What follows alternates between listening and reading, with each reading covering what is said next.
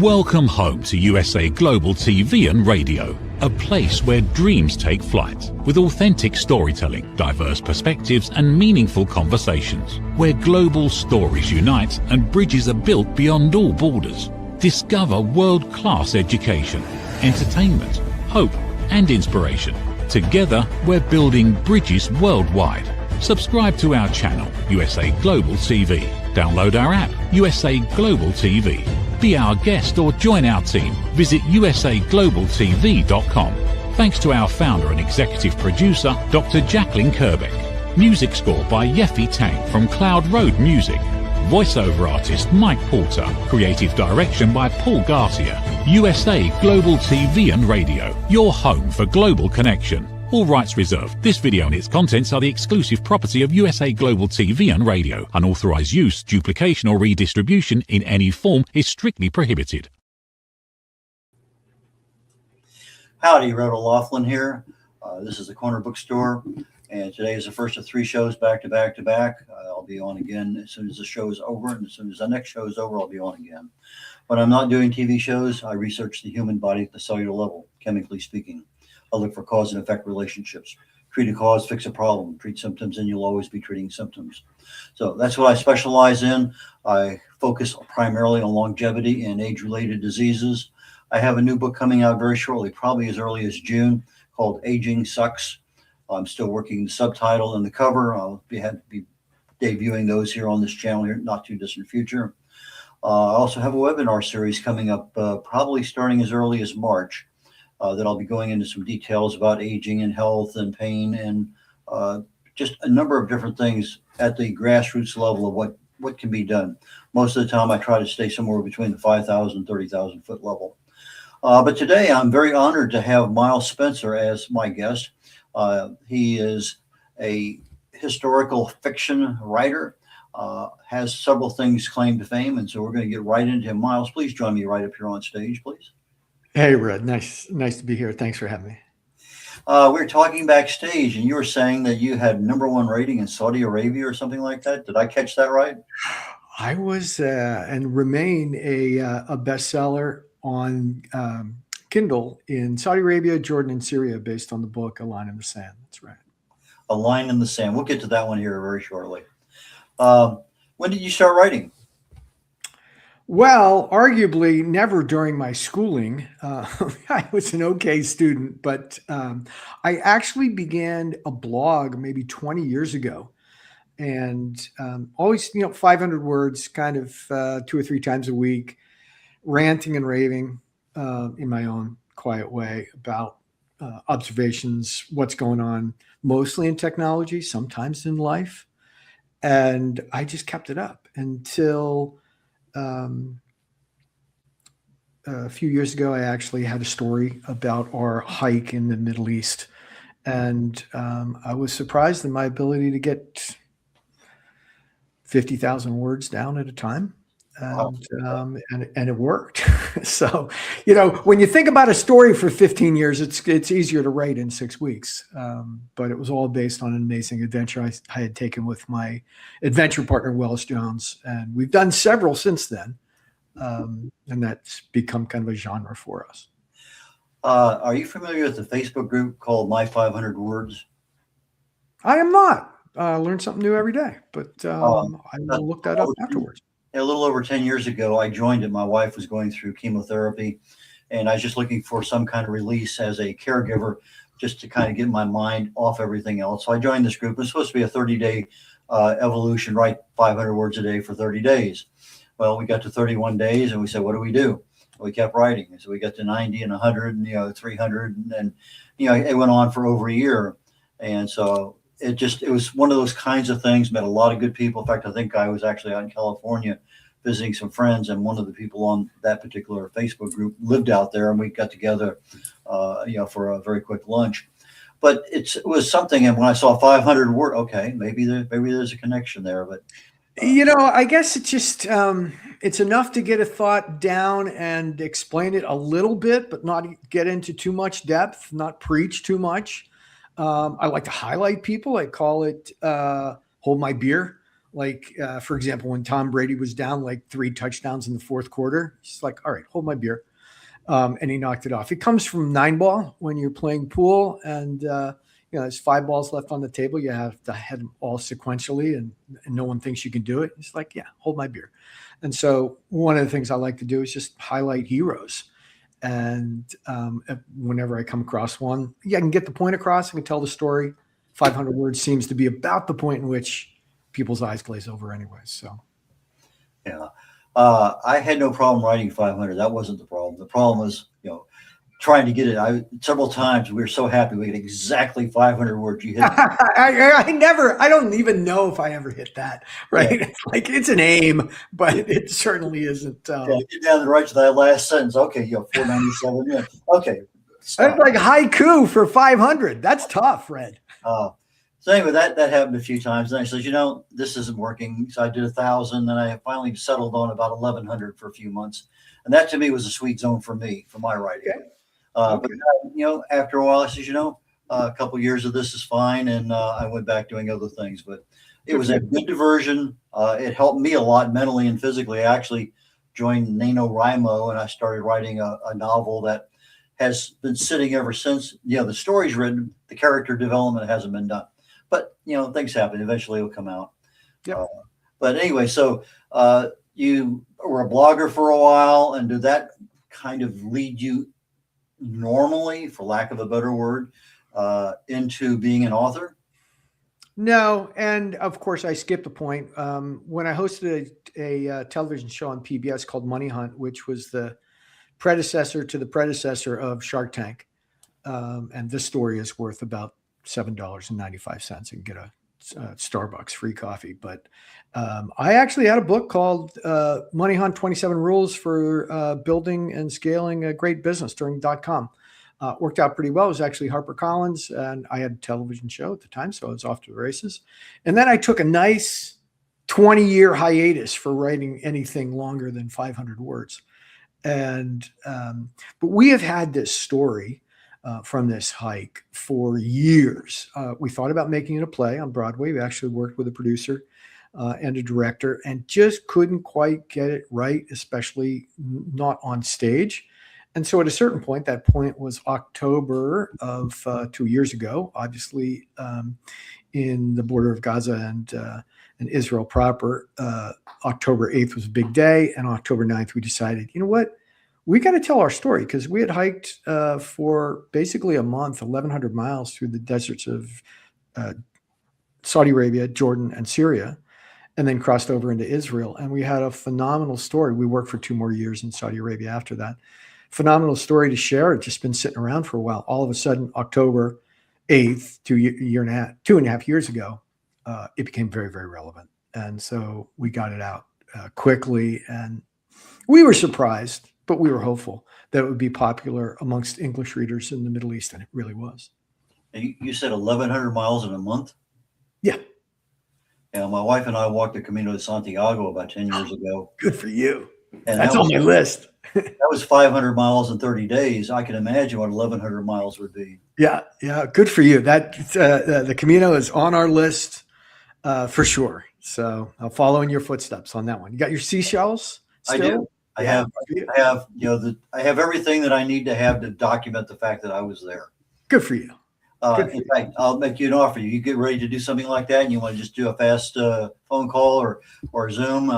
My wife and I'll sit here and answer any questions you got about it. Absolutely. It reminds me of a time, actually, so the first chapter of the book, A Line in the Sand, actually is set here, which is Pamplona, Spain, running with the bulls. So it's not quite exactly where the Camino is, but when we were there in Pamplona and San Sebastian, we got to thinking, what other adventures could there be? And someone said, come on, do the Camino. And I figure I got a few more years of other higher impact adventures before I go Camino. So this year we're jumping out of the back of a 1944 C-47 on D-Day, June, with round canopy parachutes. So. Now, my wife and I took Space Ag military flight over the road to Spain, went up to Madrid, ended up spending the night in Pamplona, took the bus the next day to San Jean Pied de Port, and then took us 3 days to get back from about a 2-hour bus ride. Uh, and after the first day, we were both ready to quit right then and there. We live in Houston. There's no Right. mountains, and all our training for a year had been no mountains. Right. And all of a sudden, I am going uphill, and I can't stand it no more. Yeah. It was an eye opener. But we finished it. Great story. I love stories, as you can tell. The first book you wrote was what? First book was called A Line in the Sand. I actually had a copy because your producer suggested I grab one. So, it kind of looks like that. And it's hardcover, paperback, Kindle. And the Audible was narrated by a guy by the name of Eduardo Ballerini, who's a phenomenal orator. And so I actually prefer, I wrote the words together with Wells Jones, but when I hear them in Eduardo's voice, it sounds twice as good. So that was 2 years ago on KDP on Kindle, and then this month we have our second with the same characters and the same format, but this one is called Havana Familia, and it's based in Cuba. Okay. I went down and visited my sister in Cuba several times I guess she's been retired now about 5 years, but I was there before Castro was there because my dad was in the military. And then I've been down maybe four times, I think, in 5 years to visit my sister, but she was at Guantanamo Bay working. Got it. But it's kind of a really neat place to go to in the middle of February because everything else is so cold. It's fantastic. Everybody in the United States went there until New Year's 1958, right? So if you visited before Castro, you were there under Batista. It was 1958, and this book is actually set in two periods: historical fiction, right? So we always have a present day, more or less, and then we pick 1 year in history that really kind of rolled forward and really affected the present day. And so that year is 1958 in Havana, Cuba. If that was a big year in Havana. And the mob had set up camp there and had an operation bigger than Vegas, was figuring that they were just going to pay off the new leader, just like they'd pay off the old leader. All kinds of things were coming apart at the seams in that moment. And so that is the moment that we chose to highlight together with 2016, which was actually when Obama opened up flawed relations with Cuba for a brief moment in time. We happened to have been there. We started and ran a tech incubator there and in New York and really got embedded into the startup scene. And then Trump came along, the laser gun came along, Rubio came along, and it was all over in a heartbeat. And so that was another denouement, just like 1958. And so those are the two periods of time that we cover. Now, it's historical fiction, so the characters are fictional, but the history is well researched. And as I like to say, historical fiction is my genre because it's easier to write. Last night I was on a military Zoom meeting group of every month get together, and ironically, one of the subjects we discussed at length was the Bay of Pigs. Fantastic! I'd love to listen in on that one. But it's interesting. So you wrote your first book. How long did it take you to edit it? We did work with an editor. So myself, I have a co-author, Wells Jones, and so we work side by side in writing it. But I wouldn't consider ourselves to be writers. There we go. Open it up. This got I'm very proud of the fact 500 plus 5-star reviews on Kindle. The editing was probably, I'm going to guess 6 weeks, maybe a month. Oh, wow, short. It was, I think it was a clean book, although we try to write clean. And I'm more of a streak writer. Like I get something in my head and I just keep rolling, and Wells cleans up behind me. So the combination of the two, and the fact that this is very important, Red, we've actually lived all of these adventures ourselves. So, we don't have to go for research and wonder what it was like. We did most of these things. And so the two of us were able to provide a fairly clean manuscript to the editor. And yeah, my estimate is it was a month or less before we hit send. And it was probably another month before the Audible came out. But all in, look, we took a long time to think about it, but then we got it done very quickly. So you ran in front of the bulls? I did. I was on the Mercaderes stretch, which is in between Ayuntamiento and Estafada. We chose that stretch because it's an S turn, and bulls are like 2,000 pounds, right? On like Louboutin heels. We could barely get around on these cobblestones, right? And by the way, they've been hanging out in the field for like their entire life with their brothers, and all of a sudden they're put in the pen and they're bussed into Pamplona. And they're caged up for the night. And then somebody sets off some firecrackers, rockets really. And it's like time to go, man, they are going. But we spent some time with a guy by the name of Dennis Clancy, who's an American, but very famous for getting on the horns. And that is literally running so close to the bull that you could touch them. You could see a couple of other guys there. And that's me in the corner above the left-hand side of the big bull. In any event, Dennis taught us, and what we chose was the Mercaderes S because the bulls actually run into one corner because they're losing their traction, and then they run into another. It's an S turn. So it's predictable as to where they're going to be on the track. Nowhere else is it predictable. And on the long stretch, Estafada, all the rookies show up. Now, we were rookies, but we decided we'd go with the pros because I would much rather risk my odds against a bull than risk my odds against tripping over a rookie who was looking backwards and then the bull. So that was our calculation. It worked. We had a great run. We got into the stadium and had a grand old time at 9:00 in the morning, and then went to the bar to drink our. It's I don't know, milk and brandy. There's some concoction that's spelled in Basque and like with X's and Y's and K's in it, and I have no idea what it was. But at 9:30 in the morning, after evading 12 2,000-pound bulls, it seemed like a great way to have a breakfast. I was involved, not necessarily running, but I was sitting on a fairly high fence in the Azores when they let some bulls loose. And this was a tradition there, about the same thing like Pamplona. And I'm minding my own business and not doing anything. And just all of a sudden somebody comes running toward me to escape the bull. And then he goes over the fence and the bull goes over the fence. I was absolutely amazed at how high those bulls could jump. Yeah. And the rule of thumb when you're running with bulls is you don't have to be faster than the bull. You have to be faster than your buddy in between you and the bull. That's all.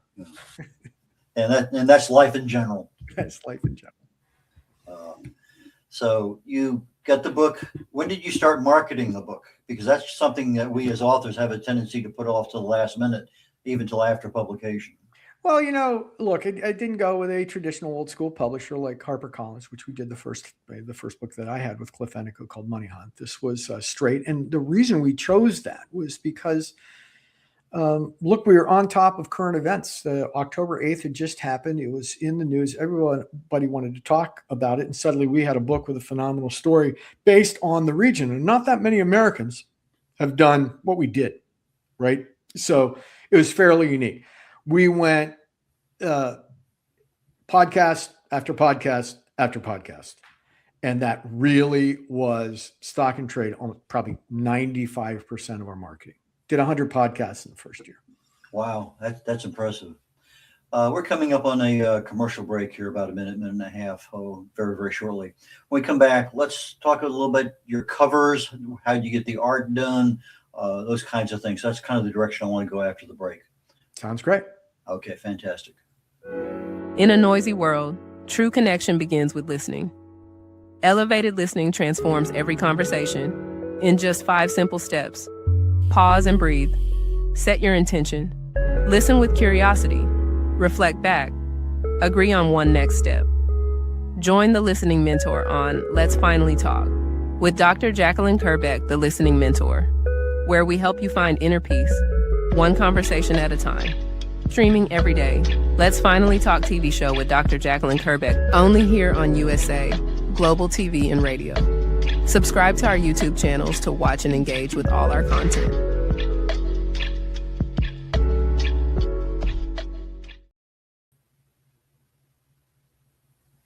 Red O'Loughlin here. We're on the Corner Bookstore on the USA Global TV and Radio Network. My guest today is Miles Spencer. Miles, please join me back up here on stage. Hey, Red, ready to roll. Ready to roll. The book covers that you have, how did you get those done? Is that part of the package with the publisher, or did you do something different? No, not at all. A Line in the Sand is actually a beautiful vista, which is across the front and back cover, of an area called Wadi Rum. Wadi Rum sits in the on the border, essentially, between northern Saudi Arabia and southern Jordan. It's like a moonscape. So much so that Dune, I believe it was filmed there. Star Wars filmed there. Basically looks like Mars, right?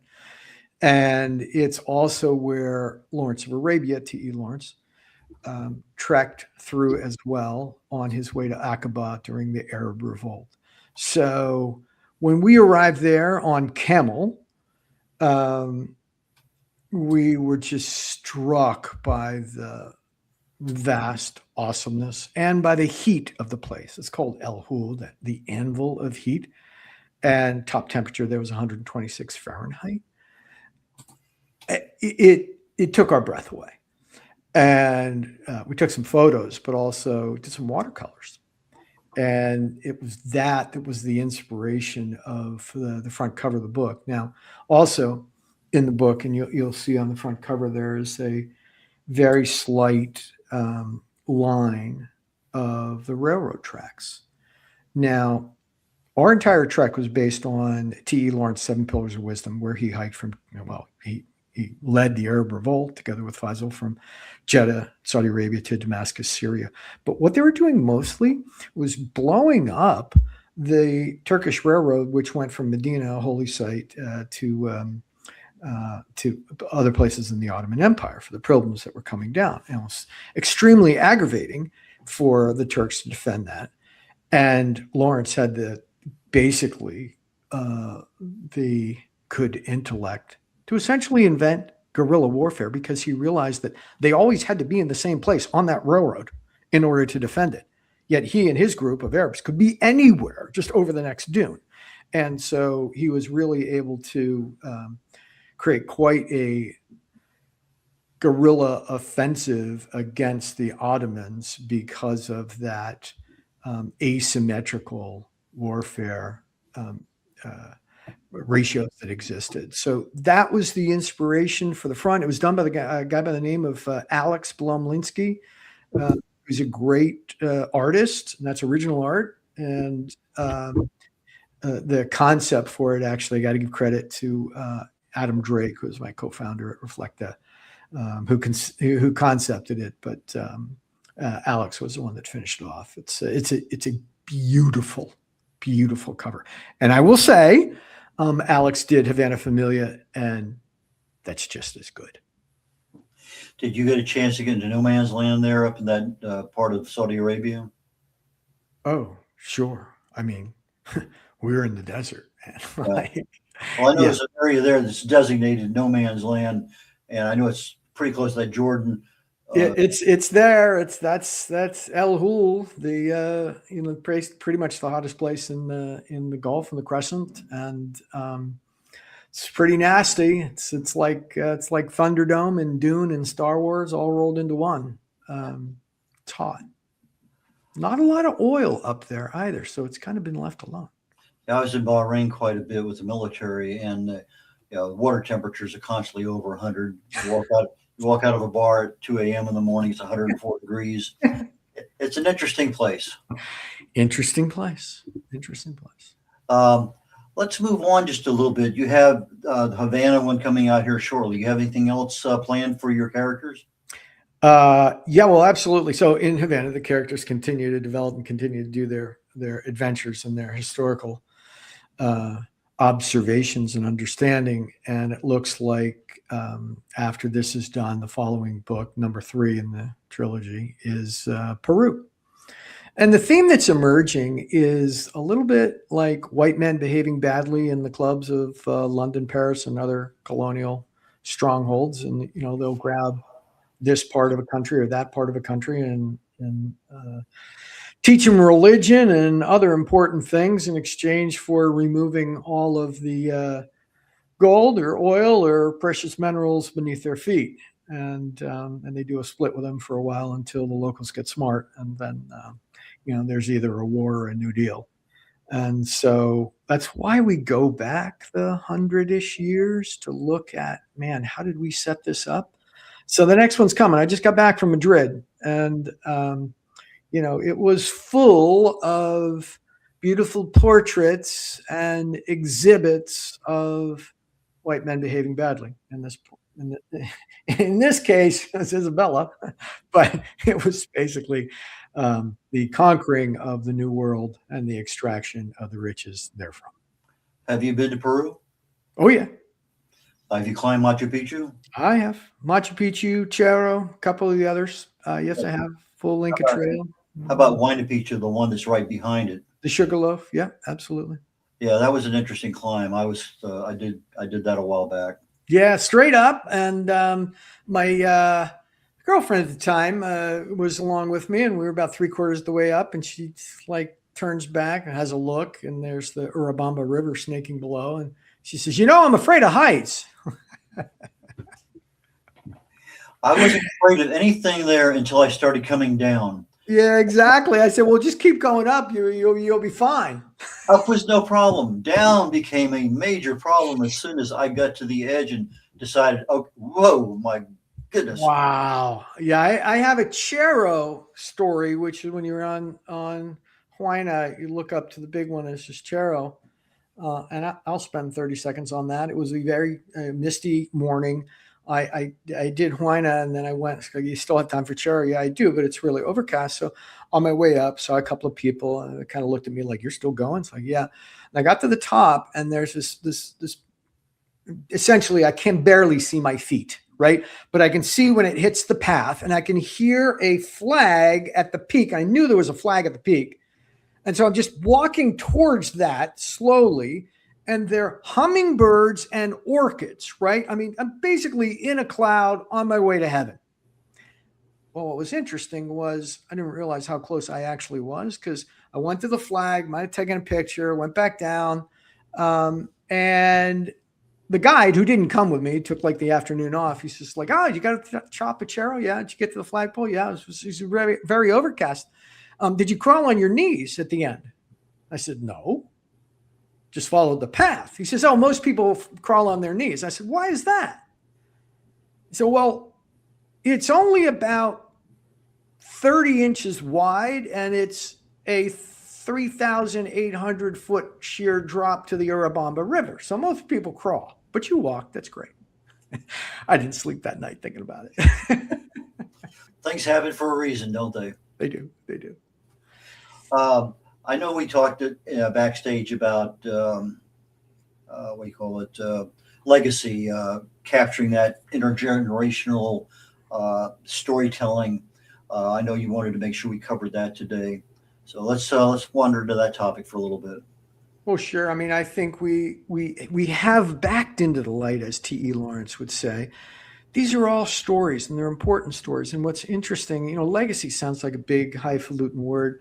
But the reality is every person, every family has these wonderful stories. They're probably upstairs in the attic in a shoebox gathering dust, like love letters and Polaroid pictures and the rest, right? But the reality is they don't survive the generations. And that's why, to us, intergenerational storytelling, the stories that we just went over today, they deserve to be heard by my grandchildren. I don't have any yet. And my great-grandchildren. And they're not going to look it up in a book and read chapter 7. They basically want to have a spontaneous and dynamic conversation, natural language conversation. And so it was 9 months ago that Adam Drake and I actually found a way to take all of these stories that we have. And instead, there's an African saying, it's like every time a person dies, an entire library of stories burns to the ground. Well, we're the firemen. We don't let those stories burn. And so Reflecta is basically taking all of the things that are up in the attic, synthesizing them into a recognizable image and likeness of a loved one that's capable of a spontaneous and dynamic conversation anytime you want. I'll give you an example. In the Spencer family, elderberry pies are very, very important. And Thanksgiving comes, my sister says, I forgot the recipe. And I dialed up my mom. And she walked her through the Crisco shortening and how to put ice around for the dough and don't overwork it. And here's how to combine the elderberries with the sugar so that it sets up properly. And we had an elderberry pie because my mother had walked my sister through it. The only interesting part of that story is my mother passed away 25 years ago. Mm. But all of that information is contained within her Reflecta reflection. And we can pull it up spontaneously and dynamically anytime we want. By the way, my dad, who passed away 8 years ago, said the grace at Thanksgiving dinner, right? So that's the power of Reflecta, and that's the power of keeping these stories and these legacies alive for future generations. My dad passed away in 2004, and I did his eulogy. I labeled it like Tears in the Rain after the 82 Blade Runner movie, almost Absolutely. the last night. Wash away like tears in the rain. Yeah. And so, it's, when you have a full life and there's just so many things there, it's just, I'm right now, our first great grandson just turned 2 last week. Congratulations. And so I've had this intention now for over a year to create a YouTube series of short videos talking about this, that, and whatever. And you've given me reinforcement to actually start making this thing happen. I would just say, Red, YouTube, fine, but he can't ask you questions. Okay. It's just going to be the stories that you tell. I propose that you consider, and we'll hook you up, Reflecta. You go there and you can talk to my dad. As a matter of fact, you can ask him about me. You can ask him about my career. You can ask him about his career. It's a spontaneous, dynamic conversation. His name is Arthur. There's one other that's public. Her name is Virginia. All the rest are private, family to family. And you can get all those stories down. And they can have a conversation with you in your voice with a beautiful watercolor of yourself for the next 1,000 years or so. With my long flowing hair. Yeah, there we go. However you want yourself. You see, it's called Reflecta because these are reflections. They're not bringing you back to life. These are not humans that we're talking about. These are reflections of people, often the best reflections of people, and that it lasts through the generations. And we started with those that had passed. I mentioned my father and my mother, and those were the inspiration for the business. But now, military veterans, people of faith, senior citizens, people with Alzheimer's or dementia or things like that are in senior centers that want to get their stories down. Mm-hmm. They're flooding onto the Reflecta platform left and right. And it's a beautiful thing. And people often ask me, how do I start? I need all these things from the shoebox. And no, not really. You can add them later. The way to start is to open it up and tell a story, because the biographer is so smart now. It keeps you walking through until it creates basically a recognizable image and likeness. And every time you have a conversation, whether you're building it or it's been shipped, if you will, or ready for prime time, you have to be at 80% score in order to text and 90% score in order to talk. But the reason we do that is the emotional load of someone that knows you. They need to ease into it. So it is so easy to get started, and it's a beautiful thing. Well, let me offer you this. This program, the Corner Bookstore, is primarily authors and publishing and anything book related. I have another show I do literally in about 19 minutes from now called The Wise Ones.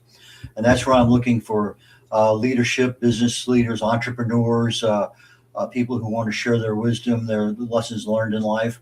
You would be a fantastic candidate. We would spend most of the time talking about Reflecta and that kind of business opportunity, how it was created, how it works, et cetera. So I think you'd be a fantastic guest for that show. Let's do it.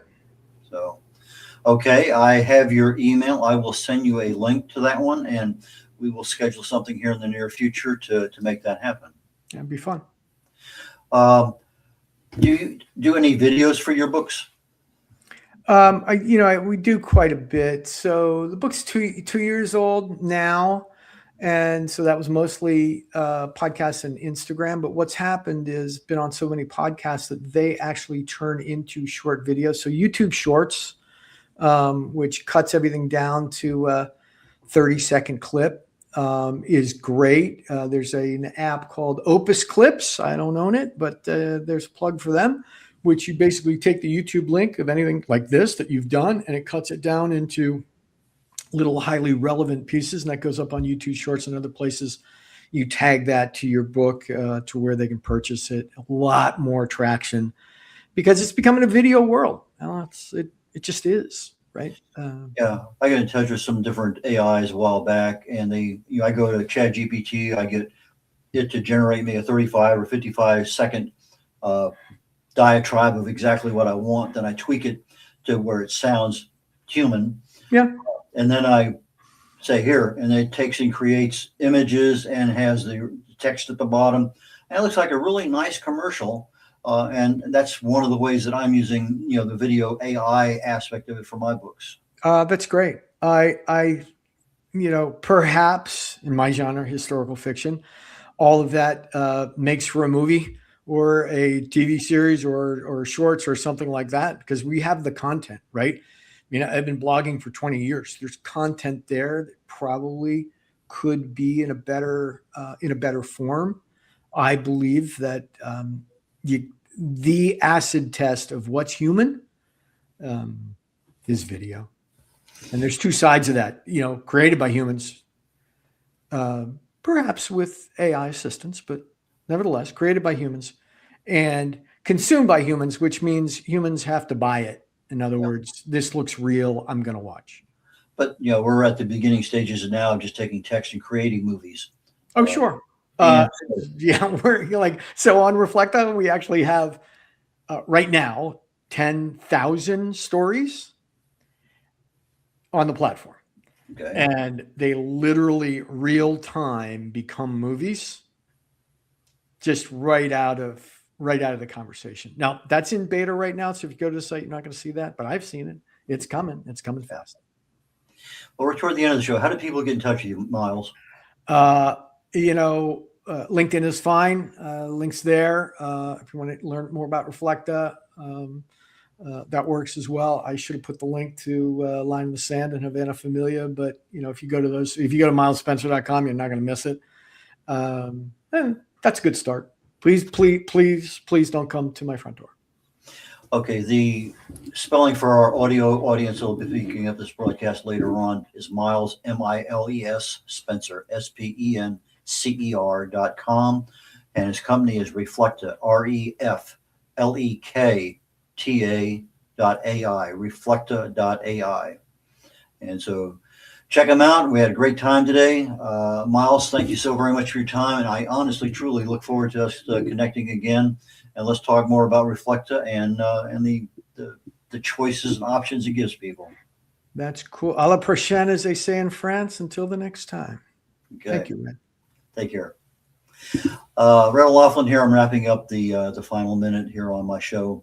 The Corner Bookstore highlights authors, publishers, editors, anything at all in the book world. And I thought we had a very super connection today with historical fiction and the world of writing, blogging, etc. So my current project is called Aging Sucks. It's a book I'm writing primarily about the hallmarks of aging, hallmarks of health, hallmarks of disease. In fact, later on today, I'm going to be talking about the hallmarks and pathways of dementia and neurodegenerative disease on my show Talking Heads in about an hour and 15 minutes.